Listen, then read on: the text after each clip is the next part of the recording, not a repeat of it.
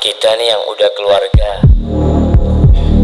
kadangkala dapat godaan dari istri kita. Rasulullah Sallallahu Alaihi Wasallam juga pernah mendapatkan godaan dari istri. Godaan wanita itu dahsyat, dan sampai akhirnya Rasulullah Sallallahu Alaihi Wasallam memboikot istri. 9 istrinya tidak ada yang digauli. Bahkan beliau tidak berkunjung ke rumah mereka. Kenapa? Mereka ribut urusan dunia. Allahumma a'inna ala dzikrika wa syukrika wa husni ibadatik. Allahumma salli wa sallim wa zid wa barik wa an'im ala sayyidina wa maulana Muhammadin wa ala alihi wa ashabihi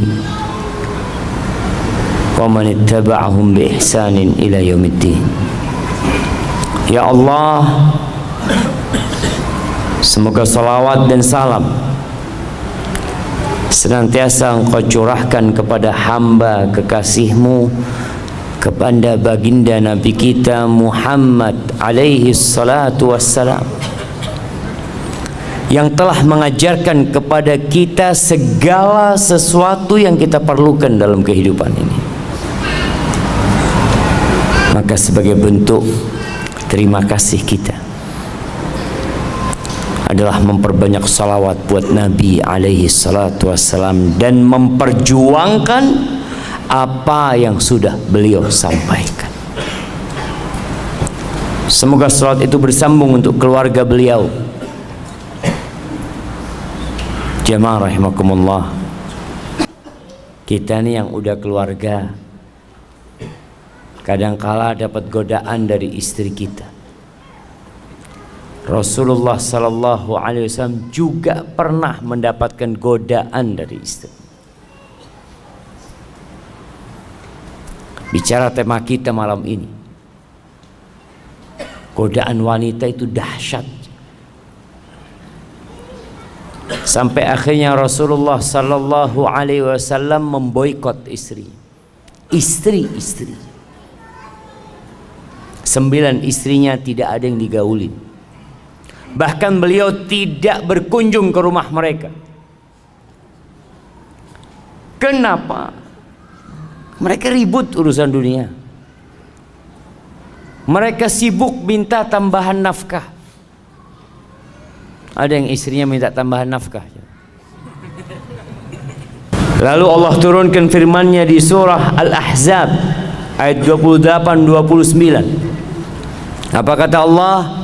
Ya ayyuhan nabi, wahai nabi, qul li azwajika, katakan kepada istri-istrimu, in kuntunna turidnal hayatad dunya wa zinataha fata'alain umatti'kunna wa usarrihkunna sarahan jamila. Wahai istri-istriku, dipanggil tuh satu persatu istri Nabi alaihi salatu wassalam. Mulai dari Aisyah ditanya, kalau yang kalian inginkan itu kehidupan dunia, perhiasan dunia, kenikmatan dunia, ya udah, aku akan kasih kepada kalian harta, tapi kita nggak bisa untuk bersama kembali.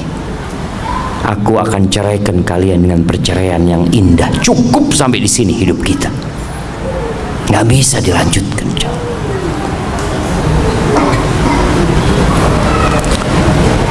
Wa in kuntunna turidna Allah wa rasulahu wad daral akhirah fa inna Allah a'adda lil muhsinati minkunna ajran 'azima.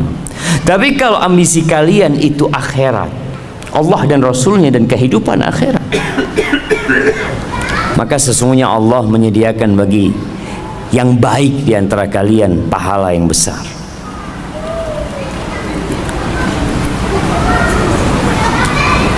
Istri-istri Nabi itu sebenarnya tidak terlalu berlebihan menurut kacamata orang sekarang. Apa sih yang diminta istri-istri Nabi? Mereka itu hidup susah. Seringkali Nabi SAW puasa sunnah karena di rumahnya tidak ada makanan. Bagaimana cerita Aisyah radhiyallahu taala anha, marra hilalun thumma hilalun thumma hilal wa lam yuqad fi baiti Rasulillah sallallahu alaihi wasallam nar. Berlalu rembulan, kemudian berlalu rembulan, masuk ke bulan ketiga, dan di rumah Rasulullah SAW itu kompornya tidak hidup. Maka ternyata istri-istri Nabi memilih Allah dan Rasulnya dan kehidupan akhirat. Mereka siap untuk meninggalkan sedikit, nggak banyak jemaah. Kenikmatan dunia dan isinya ini sedikit. Kalau antum dapat duit 1 triliun, banyak apa dikit jemaah? Antum pegang 1 triliun dan pegang 1 ekor lalat, bisa 1 triliun bikin lalat? Bisa 1 triliun bikin lalat ya Pak? Gak bisa. Supaya antum tahu, dunia ini benar-benar gak ada. Kalaupun ada nilainya dikit. Qul mata'ud dunya qalil, dikit kenikmatan dunia ini. Jamaah rahimakumullah, kita hidup di masa yang gemerlapan kehidupan dunia ini begitu menggoda.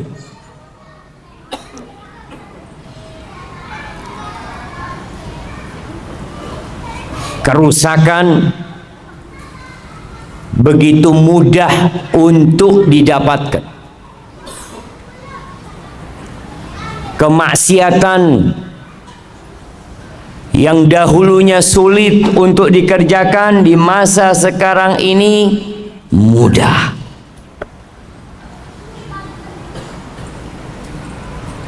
Karena apa? Karena teknologi dan harta ada, fasilitas disediakan semuanya.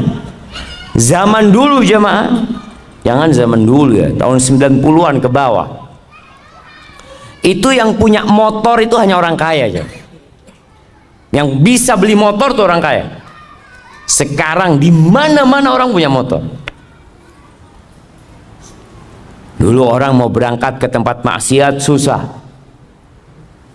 Sekarang online, diantar ke tempat maksiat.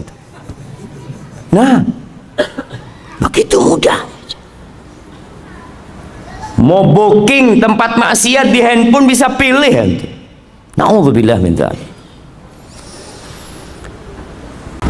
Maka waktunya kita berhenti sejenak,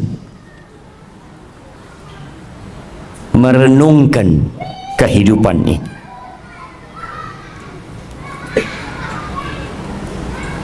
Karena jangan sampai kita baru berpikir tatkala malaikat pencabut nyawa datang mencabut nyawa kita. Kita perlu mengingat, dan kewajiban setiap muslim untuk mengingatkan dirinya, untuk menghisap dirinya, dan mengingatkan orang lain. Tadi imamnya baca surat apa? Nah, surat yang rakaat pertama, Al-Insyiqaq. Apa kata Allah? Ya ayyuhal insanu innaka kadihun ila rabbika kadhan famulaqi. Masya Allah, datang hadiahnya. Anda tadi mau kasih hadiah sama yang jawab, cuma kok nggak ada hadiahnya, malu Anda mau kasih hadiah. Nah, apa artinya ayat tadi yang kata dia? Ya ayyuhal insanu, wahai manusia, innaka, sesungguhnya kamu, kadihun ila rabbika kadhan famulaqi. Siapa yang tahu artinya coba? Nah, fadhal berdiri antum. Gak usah ngelihat ke bawah. Berdiri aja. Berdiri. Kenapa harus ngelihat ke bawah? Nah, fadhal.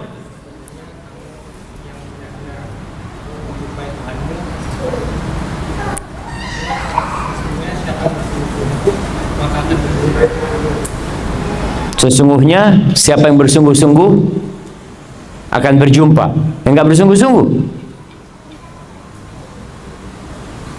sama semuanya. Innalillahi wa inna ilaihi rajiun. Kasih hadiah enggak apa coba. Kirim ke belakang. Iya. Artinya kita itu bekerja beramal yang pasti kita akan jumpain hasil kerjaan kita.